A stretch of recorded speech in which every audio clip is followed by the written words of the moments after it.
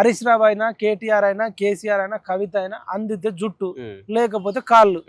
ఈమె ఆయన ఇప్పుడు ఇంకో 10 ఏళ్ళు జైల్లోనే ఉండే అవకాశం ఉందనుకోండి. అన్ని కేసులు ఆధారాలు ఉండి ఎంక్వైరీ చేస్తే దొరుకుతుంది. ఇంకో 10-14 ఏళ్ళు ఈమె ఉండేటట్టు ఉందనుకుంటే ఇక కూతురు కోసం కేసీఆర్ ఏం చేస్తాడు? నా కూతురే నాకు ముఖ్యము. ఇప్పుడు మనం అనుకున్నట్టుగా ఆమె తప్పు పని చేసింది కాబట్టి కేసీఆర్ ఆమె ముఖం కూడా చూస్తలేడు, పోతలేడు. అట్లాంటిది పార్టీని మొత్తమే ఆడ కుదువ పెట్టేటువంటి అవకాశం ఉంటదంటావా? మరి ఇప్పుడు ఒకవేళ మరి పోయేటట్టు ఉంది అనుకో 10-14 ఏళ్ళు అంటే ఆయన ఆశ, ఒకవేళ మెర్జ్ అయితే విడుదల చేస్తారని ఒక చిన్న ఆశ కూడా ఉండొచ్చు. ఈ రాజ్యాంగంలో అనేక లోపాలు ఉన్నాయి కాబట్టి ఆశపడవచ్చు. జరుగుతుందా జరగదా తెలియదు. ఆయన నరం లేని నాలుకండి. కేసీఆర్ కి అయితే అసలు మొత్తానికి నరం లేదు. ఇప్పుడే ఇటు మడత పెడతాడు, అటు మడత పెడతాడు. ఇప్పుడే అంటాడు నేను ఎక్కడన్నా అంటాడు, నేను 3 ఎకరాలు ఇస్తానని, నేను ఏడన్నా అధ్యక్ష నేను అన్ననా చెప్పు అంటాడు. రామోజీరావు ఫిలిం సిటీని 1000 నాగాళ్లతో నేను దుంతన్నాడు, నేను అన్ననా అధ్యక్ష ఎక్కడన్నా చూపించి అంటాడు. అంటే కేసీఆర్ది నాలుకగా తాటిమట్ట, నరం లేని నాలుక కాబట్టి ఆయన ఇప్పుడు అన్నది రేపు వెంటనే 1 సెకండ్లో మార్చేస్తాడు. కాబట్టి ఆయన స్వప్రయోజనాల కోసం, ఆయన ఫ్యామిలీ కోసం ఎంతకైనా తెగిస్తాడు. అది బీఆర్ఎస్ టీఆర్ఎస్ అందరు అంటారు, కానీ నా దృష్టిలో అది కేఆర్ఎస్ అంటే కల్వకుంట్ల రాష్ట్ర సమితి.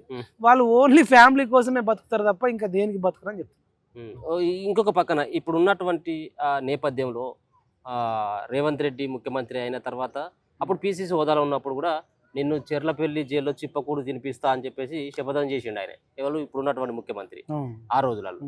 ఇది జరిగేటువంటి అవకాశం ఉంటుందంటవా? ఎందుకంటే చాలా కుంభకోణాలు, ఫోన్ ట్యాపింగ్ కావచ్చు, అక్కడ కాళేశ్వరం కావచ్చు, గొర్రెల స్కామ్ కావచ్చు, ఈ అన్నిటిపైన కూడా ఇక్కడ రాష్ట్రంలోనే కమిషన్లు ఏర్పాటు చేయడం జరిగింది విద్యుత్ సంబంధించినటువంటి దాంట్లో. ఈ వీళ్ళు ఒకటే ఉంటారా, లేకపోతే అసలు నిజంగా అన్నటువంటి మాట మీద కట్టుబడి ఉండేటువంటి అవకాశం ఉంటుంది? అంటే కొన్ని విషయాలలో ఉంటారేమో అనిపిస్తుంది, అన్ని విషయాలలో లేకపోయినా కొన్ని విషయాలలో ఆర్థిక లావాదేవీలలో నువ్వు నా జోలికి రాకు, నేను నీ జోలికి రాకు అంటే ఇట్లాంటి విషయాలలో ఉంటుందేమో. ఇంకోటి ఇప్పుడు కేసీఆర్ని ఇట్లా అరెస్ట్ చేస్తే ఏమైనా సింపతి అవుతుందేమో అని కూడా ఆలోచించవచ్చు. ఇంకొకటి మీరు అన్నట్టు వీళ్ళు ఎవరెవరైతే ఎక్కడెక్కడైతే అవినీతి చేసిరో దాంట్లో నీ వాట ఎంత, నా వాట ఎంత, వాటాలు పంచుకుందాం, ఇది పబ్లిక్కో ప్రభుత్వానికో ఇస్తే మళ్ళీ ఇవ్వాల్సి వస్తుంది. ఇప్పుడు బాల్కా సుమన్ విషయంలో కూడా అంటారు, వీని మీద చాలా సంపాదించుకున్నాడు, వీని దగ్గర ఎంత తీసుకున్నా అంత తీసుకున్నారు కాబట్టి వీడు అప్పటి నుంచి సైలెంట్ అయ్యింది అనేది ఒకటి ఉంది.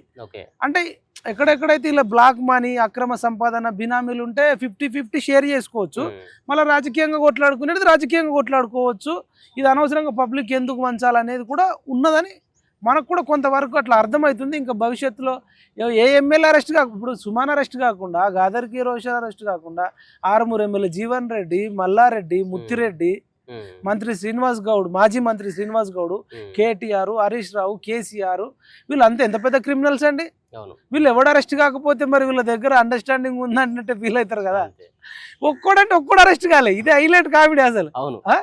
చూద్దాం మరి భవిష్యత్తులో వీళ్ళు ఇట్లనే ఉండి ఎవరు అరెస్ట్ కాకపోతే మాత్రం ఇది బీజేపీ నెత్తి మీద పాలు పోసినట్టే అవుతుంది.